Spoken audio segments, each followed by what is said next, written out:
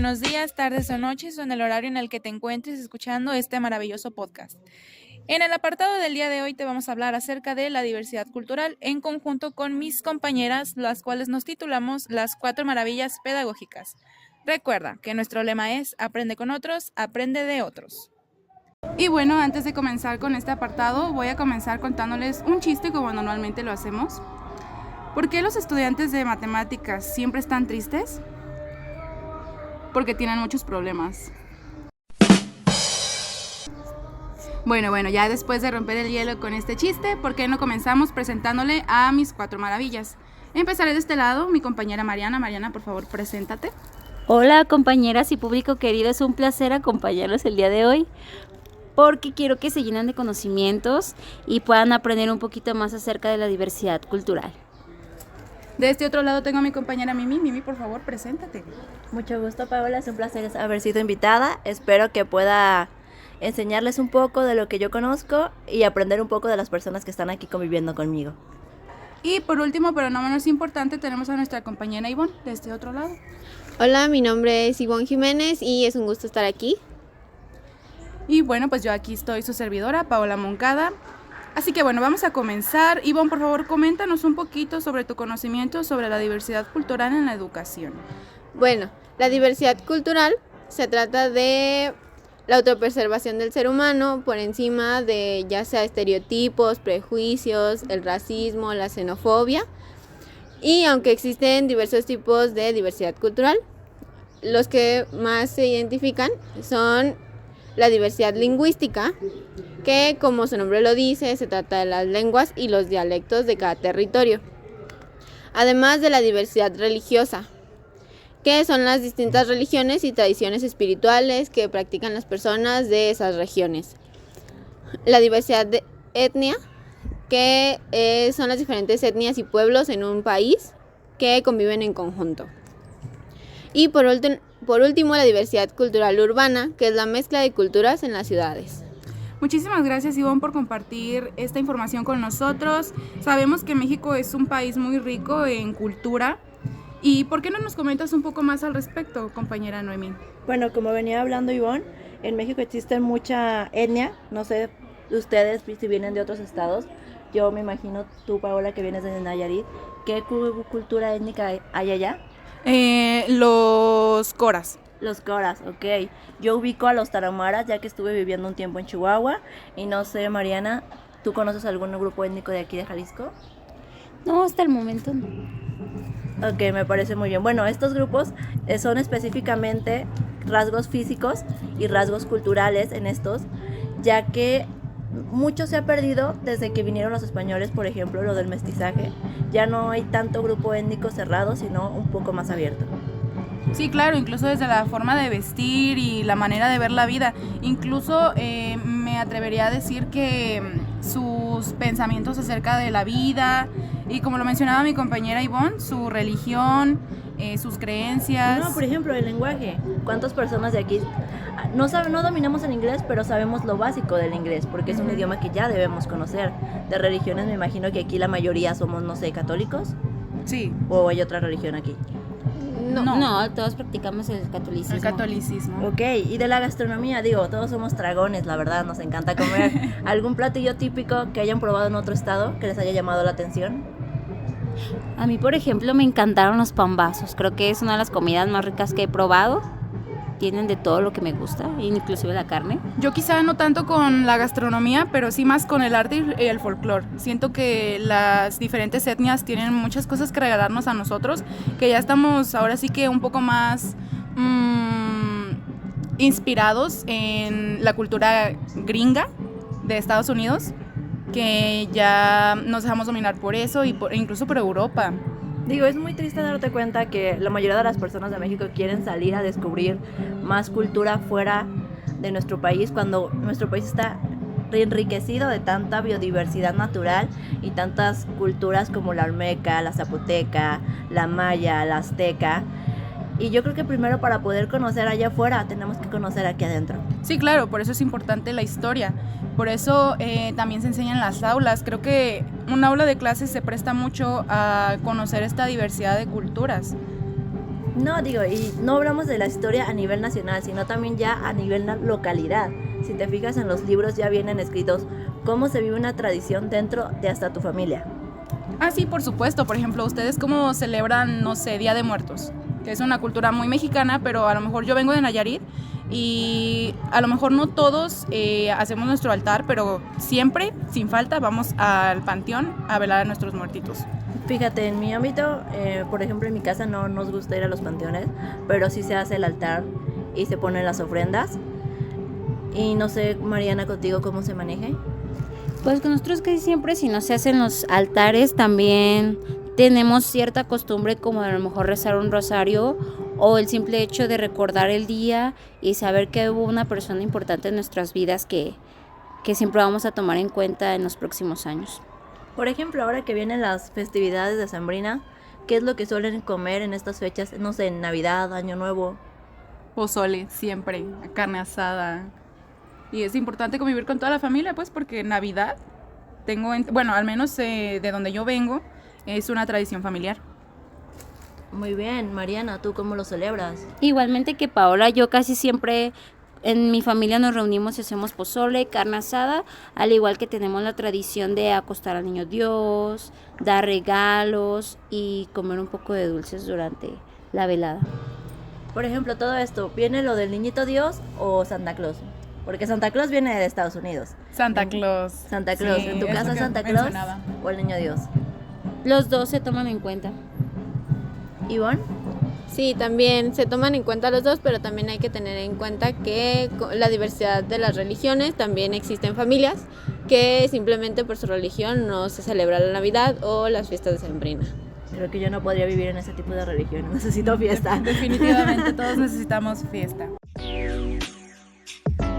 ¿Sabías que la Declaración Universal de la UNESCO sobre la Diversidad Cultural se aprobó en 2001 y a continuación la Asamblea General de las Naciones Unidas declaró el 21 de mayo como el Día Mundial de la Diversidad Cultural para el Diálogo y el Desarrollo? Bueno, previamente ya estuvimos hablando acerca de la diversidad cultural que tenemos en diversas tradiciones, pero ahora me gustaría mencionar un poco más acerca como de los modismos o cuestiones que vemos diferentes. Por ejemplo, yo vengo de Nayarit, aquí mi compañera Mariana tiene ascendencia por allá en Aguascalientes, Otros de Jalisco. y acá de este lado tenemos a Noemí, que es de Chihuahua, Ajá. y de este lado Ivonne, que es de Ciudad de México. Así que bueno, yo creo que incluso con los modismos, por ejemplo, el enguasado, a mí me hacen mucho la burla con el tema del enguasado. Todo el mundo se da cuenta que yo soy de Nayarit por la palabra enguasado, porque dicen que nosotros los de Nayarit somos los que se enguasan. Y como tal, estar enguasado es como estar muy ocupado, como cuando tienes muchas cosas que hacer. ¿Ustedes tienen alguna palabra similar que digan? Ay, Yo diría más bien que los de Chihuahua se caracterizan por marcar mucho el she. Por ejemplo, a mí me sí. encantaba llevarme con mis primos y decirme, oye, di 888, porque no sé, yo lo escucho diferente, pero en ellos yo escucho 888. Ajá. Y no sé, me encanta cómo ellos remarcan las palabras y de nosotros pues dicen que hablamos cantaditos. Yo no escucho que hablamos así, pero pues es la perspectiva de cada estado. Y además, bueno, aquí en Jalisco, aunque la mayoría de las regiones dicen que aquí en Jalisco los tapatíos hablan cantadito, realmente aquí se dice que los de Ciudad de México son los que se hablan cantadito. Pero creo que en sí todos los estados de la República Mexicana tenemos diferentes modismos y algunas ciertas palabras que las tomamos muy diferentes, no sé, como bolillo, telera. Eso también se remarca mucho en Sí. Aguascalientes porque creo que aquí los conocemos más que nada como Virote. virote. Cada quien, cada No, nombre de algún alimento lo remarcamos de diferente manera. Y aquí hay dulce y salado. Allá preguntan otros estados y solo conocen el dulce, no conocen el salado. No, sí, aparte la consistencia es diferente, incluso la gastronomía, lo que veníamos mencionando antes, ¿no? De que Mimi dice, no, pues, ¿qué gastronomía se da más acá? Y así, la manera de preparar, por ejemplo, las tostadas aquí es muy diferente estando allá. Aquí le ponen crema, cueritos así en vinagre y allá no. Allá todo es cocido, nunca se les pone crema a las tostadas. No, mira, pues aquí los sopes ya ves que los hacemos con masita y el Ajá. guisadito arriba. Me tocó ir a Colima y allá comen, los sopes son tostaditas con pollo deshebrado y con verdurita arriba. Y yo me quedé así como que, ¿qué es esto? Pues es una tostada Una de tostada. pollo, no un sope. pero sí en cada estado es diferente la comida. O a las flautas, ustedes les llaman taquitos dorados, las que están como enrolladitos. Nosotros los conocemos como flautas y los tacos dorados son solo los que están como la tortilla doblada a la mitad. No, y aquí los tapatíos le llaman flautas a los que son con tortilla de harina.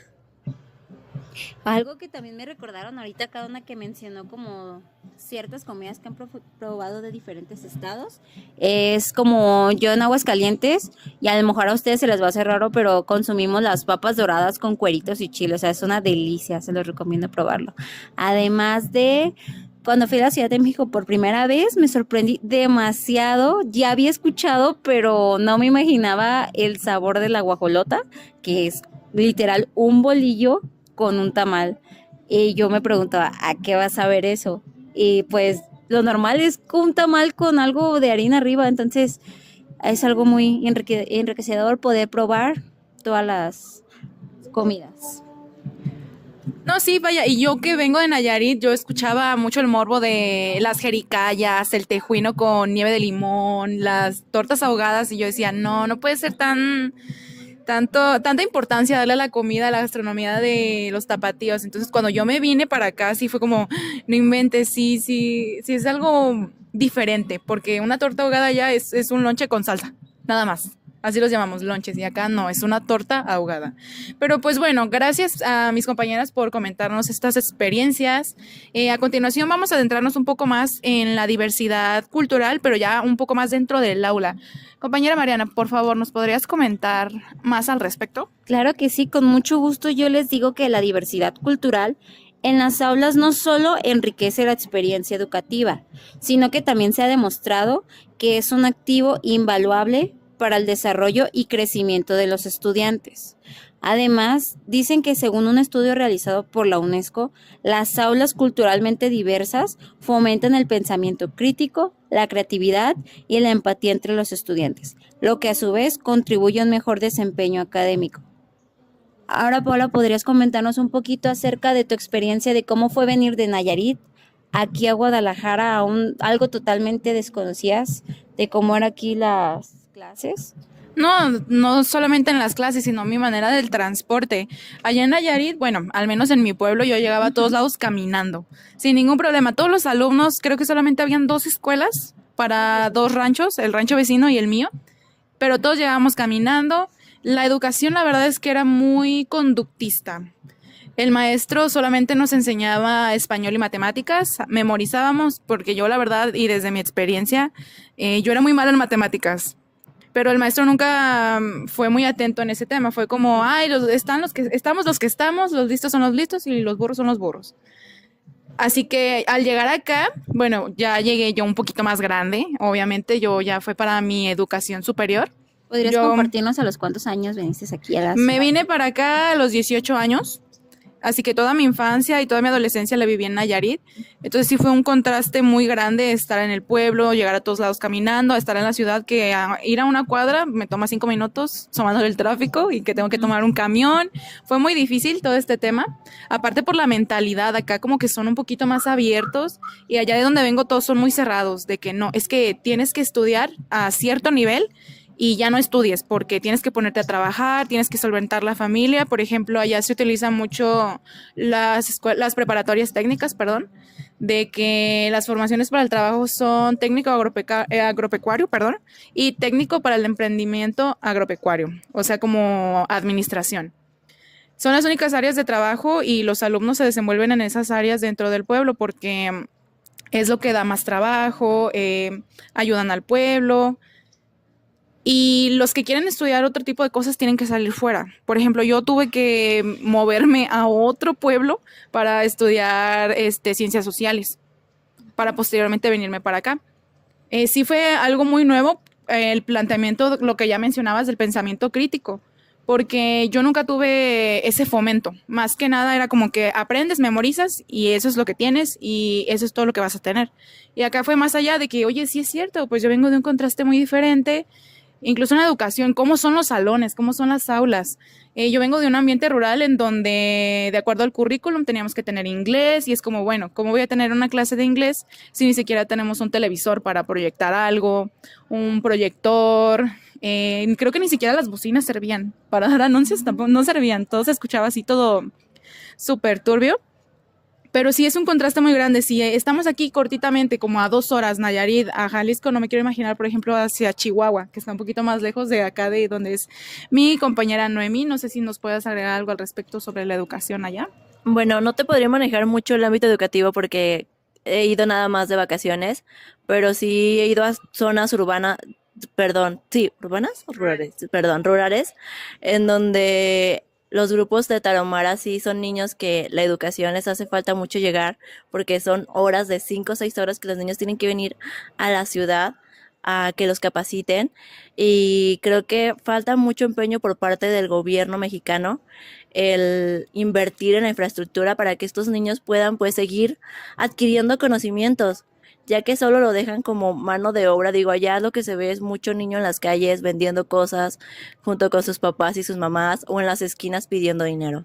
Sí, claro, es lo que te menciono. En mi pueblo se utiliza mucho eso, de que la mayoría entra a preparatoria, secundaria y ya dejan ahí sus estudios porque tienen que trabajar, abonar económicamente a la familia porque tienen hermanos, tienen más familia.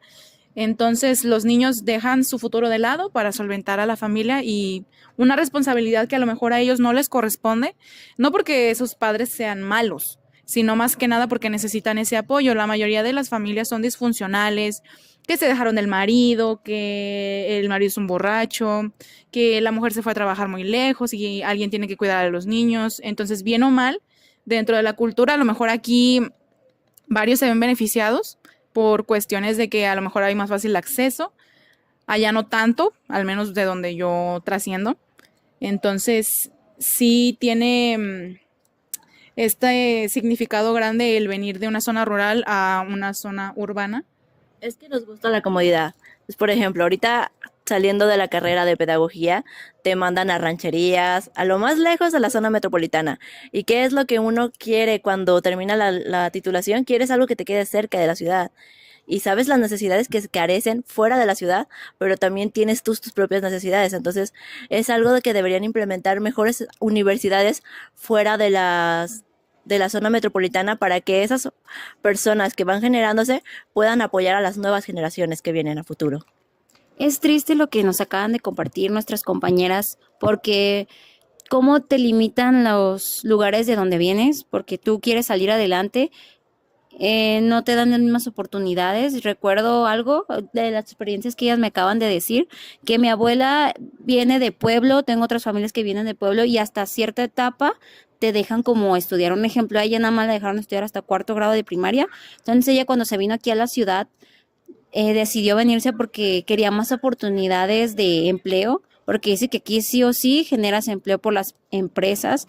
A lo mejor en los pueblos, como me han compartido muchas, no te falta comida, tienes lo necesario, pero si quieres tener algo más, muchos tienen que salir adelante y buscar y expandir sus conocimientos y habilidades, ¿no? Precisamente, pues yo por eso vengo de Nayarit. Podría haberme quedado allá en mi estado a estudiar, por supuesto, porque hay una UPN allá en Nayarit. Sin embargo, yo me vine acá para las oportunidades. Precisamente como dices, Jalisco es grandísimo y hay más oportunidades de trabajo, ya sea en una ranchería, allá en los barrios bajos de Jalisco, pero de que hay trabajo hay. Entonces, ahorita que menciono el trabajo y lo que menciona mi compañera Noemí de cuando terminas la carrera, en nuestras prácticas educativas nosotros tuvimos unas vivencias donde teníamos niños de otras etnias que, vaya, como tal, estos niños no tienen un retraso cognitivo, sino más que nada que tienen una limitante, una barrera para aprender al mismo nivel de sus compañeros y no se pueden relacionar con ellos por el simple hecho de dónde vienen y por su cultura. Quieras o no, a veces los alumnos, por más que tratan que haya diversidad, sí identifican, a pesar de que son niños, identifican quienes no pertenecen, o más bien quienes, entre comillas, no pertenecen por sus características, saben que vienen de otros lugares, ¿no? Pero es importante que los docentes en general fomenten y las familias que todos somos iguales. Ahora al final vamos a hablar un poquito más. Sí, porque también tiene que ver el contexto de cada familia y lo que los niños ven en casa. Porque a veces lo que los padres dicen, los niños son muy esponjitas y empiezan a repetir lo que los adultos dicen. Entonces, si los adultos dicen algo malo de distintas etnias, los niños, como son esponjitas, empiezan a reflejarlo con sus compañeros y en las aulas. Bueno, no sé, yo tuve un ejemplo de una primaria pública que me tocó cubrir y había una niña que venía de África, la niña, no socializaba con nadie porque pues lo único que sabía eran unas palabras básicas en inglés, pero pues nadie sabe inglés en una primaria pública. Y la niña pues no hacía nada, literal se la pasaba con su cuaderno cerrado. Y entonces yo le platiqué al profe, le digo, ¿cómo trabaja con ella? Le digo, ¿usted sabe hablar inglés? Y el profe me dijo, no. Le digo, profe, ¿no cree que debería meterse a un curso a estudiar para poderle a la niña explicar? Y me dijo, ¿crees que voy a tener chance? Tengo 2 plazas que cubrir y luego aparte estudiar inglés cuando yo ya tengo la vida resuelta. Entonces creo que como dice mi compañera Mariana, el docente influye mucho en motivar al alumno a trabajar. Entonces si hay docentes que no se esfuerzan por dar un trabajo bien hecho, menos vamos a generar estudiantes que puedan cubrir sus necesidades a un nivel futuro. Sí, claro. Otro ejemplo que podría mencionar es en la escuela que ya les mencioné. Otra diversidad que estaba presente fue de una niña que era sorda. Entonces la maestra, en lugar de poner estas limitantes de no, yo tengo muchos alumnos, yo esto, yo aquello, en lugar de poner excusas, buscó una solución. Entonces, más allá de solamente enfocarse en que la niña aprendiera, se enfocó en que fuera una materia más, el enseñar la lengua de señas mexicana. Entonces, era toda la clase normal de los contenidos que se suelen enseñar, sumándole a que era la lengua de señas, para que la niña no solo aprendiera bien, sino que también conviviera con sus compañeros, permitiéndole socializar. Como lo dicen mis compañeras, es importante que los docentes estén abiertos a aprender nuevas técnicas para que ellos mismos fomenten el aprendizaje en sus alumnos. Creo que ellos siempre tienen que ser capaces de aprender algo nuevo y que no se detengan solamente porque tienen muchísimos alumnos a ayudar al que necesita muchísima ayuda. Sí, claro, estamos de acuerdo que el docente juega un papel primordial a la hora de fomentar esto. Claro que la familia, como lo mencionaba mi compañera Ivonne, crea los cimientos para la personalidad del niño, su moralidad y su empatía. Pero claro está que a la hora de estar frente a un grupo, el que está responsable de este es el docente. Está en su papel. Ahora sí que no es su responsabilidad porque, como lo mencionó Noemí, no todos tienen ahora sí que esta empatía de decir, no, pues voy a hacerlo porque yo quiero fomentar el aprendizaje de mis alumnos, quiero fomentar la diversidad en una sociedad más inclusiva. Ser un docente que está abierto a enseñar estas cuestiones vale más que cualquier maestro conductista. Y bueno, continuando con esta temática, yo creo que una de las principales limitantes o retos que tenemos en este tema de la diversidad cultural en el aula es precisamente lo que les venía mencionando, la comunicación entre diferentes culturas. Por ejemplo, un niño que no habla español, no me refiero específicamente al inglés, que maneje una lengua que sea local de su comunidad, y como docente, ¿cómo lo vas a manejar? Es como el ejemplo que les proporcioné previamente con la maestra que tenía una niña que era sorda, y cómo implementó la estrategia para que los niños convivieran con ella y que no solo se preocupara por cómo aprendiera. Entonces, pues yo creo que hay muchísimos más retos que se puede enfrentar a la diversidad cultural en el aula. Compañera Mariana, ¿me podrías mencionar algunos otros que conozcas o que se te vengan a la mente? Con gusto, compañera Paula. Son unos numerosos retos complejos, ya que uno de ellos es el reto de la enseñanza, donde se debe incluir la diversidad cultural en un currículo donde los estudiantes estén dispuestos a aprender de diferentes culturas. Para ello, se debe enseñar que los docentes puedan saber y respetar las diferentes culturas, proponiendo materiales educativos que reflejen la diversidad cultural, dejando de lado ciertos estereotipos.